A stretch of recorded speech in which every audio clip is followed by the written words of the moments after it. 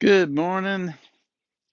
Sitting out here, gonna have another cup of coffee and talk about scapegoats and inflation.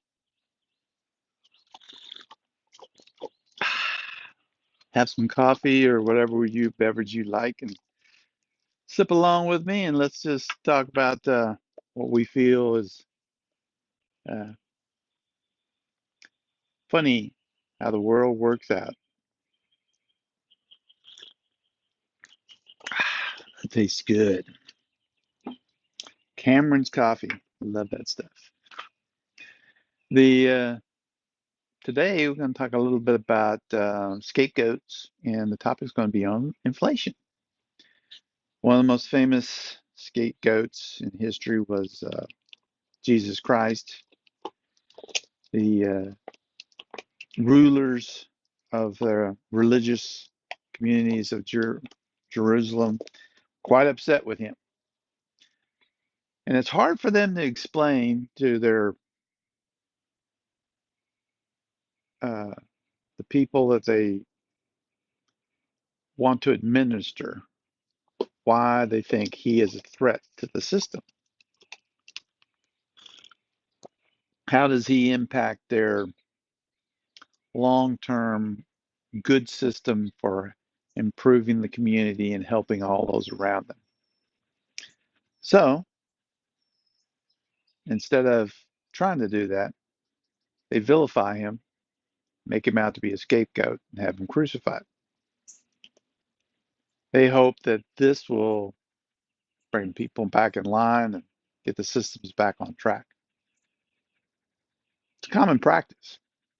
Used to do it in ages back when there were witches.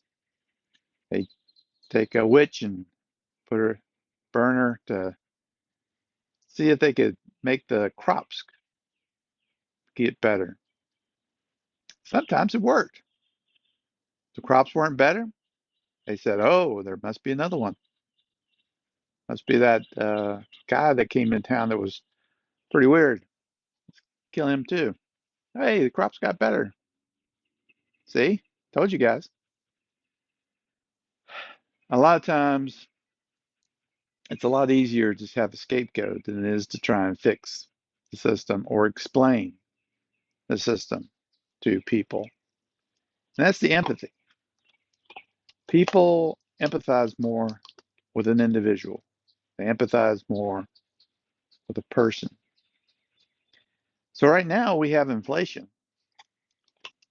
Our inflation is pretty bad. It's worse it's been in a few decades. Now, most people would say, well, you have inflation because of money. Can't have inflation if people can't pay for products at the higher prices. So you get to a point where you go to look at where the money is at.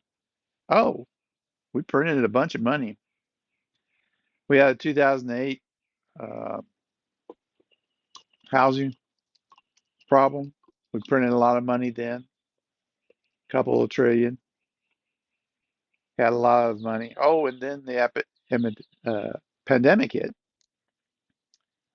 And during that time, we printed more money. So printing the money caused us to have a lot more money in the system. The Fed went from holding 4 trillion in assets, actually 2 trillion before 2008 issue. They expanded that to 4 trillion, and then with recent events, they had to expand that because people were suffering due to the lockdowns and stuff. They had to expand it up to over 8 trillion. They're close to 8.5 trillion right now in things they own, things they bought. Like I said, inflation happens because people bought something.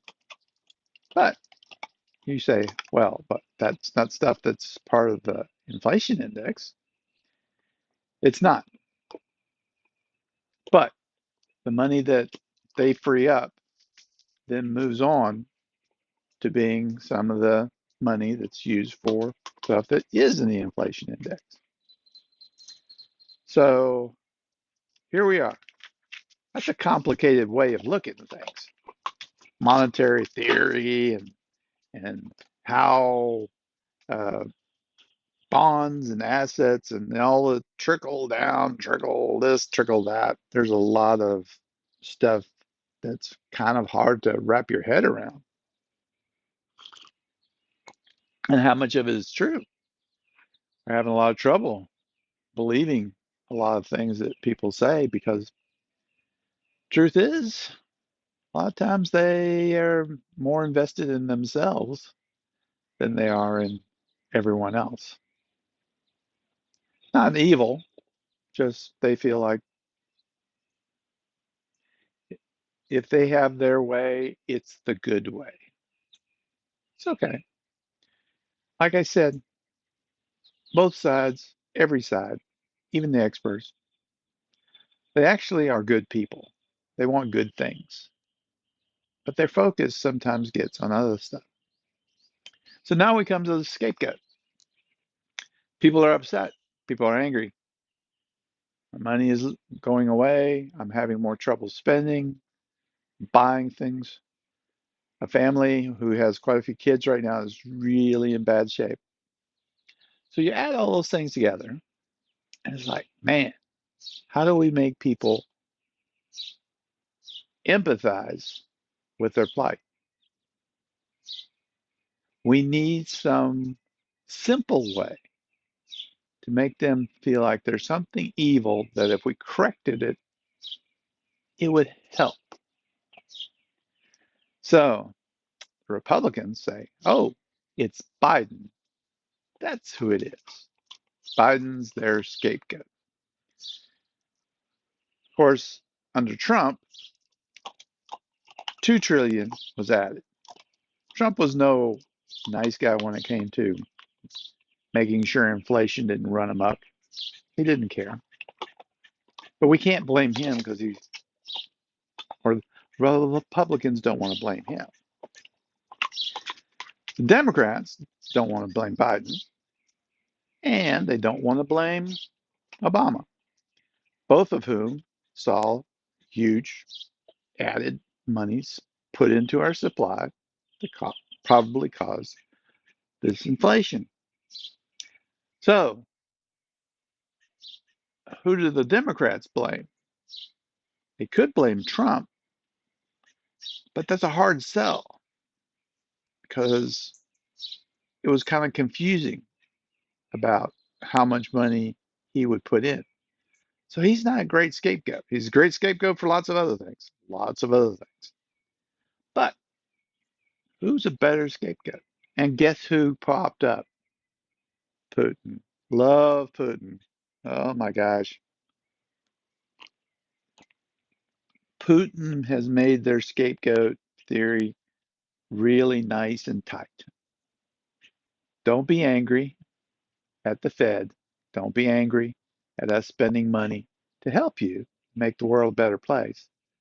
Putin's the reason your inflation's high, and it's only Putin. He's the reason why we have to buckle down, have a lot less food and activities.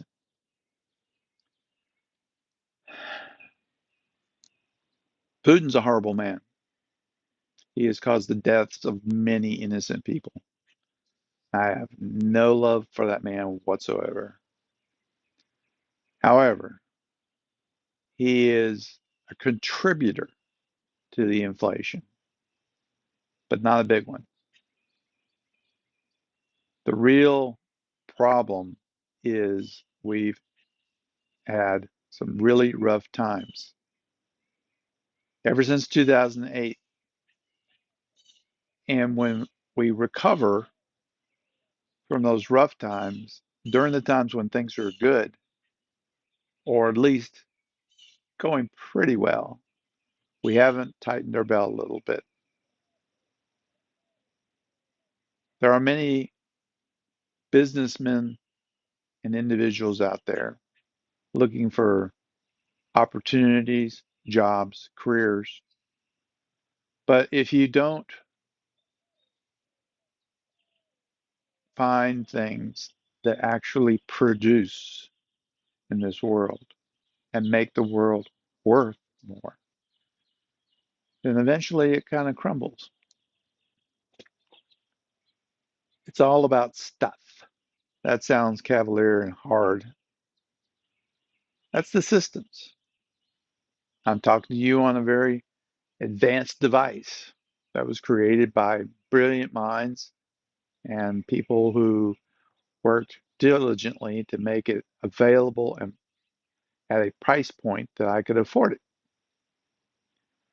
That is something that is adding value to this world. Me doing this, sitting here and talking, this is not adding value to the world. It makes me feel better because I'm saying something and feel like I'm doing something. So empathy wise, working good, helping me out. Get out there, find something to invest in, find something to create. You could do like my wife, plant a few seeds, grow a little something to make the world a little bit better. She does a little bit more on the system and the improvement side by growing this beautiful little plant. And it's not just this; she's got several around here. She's getting pretty good at growing some beautiful stuff. So, moral of the story: look at those scapegoats. Are they really going to solve the problems? Are they really part of the system issues? So, if they're not, or even if they're like Putin, where he's contributed to inflation, he definitely has affected. But tomorrow, if he's gone, he's dead, somebody comes in and they say, we're out of Ukraine. Is the world going to suddenly be less money in it? Inflation's going to go down? Probably not. So, again, contributor, but not the sole source of the issue here.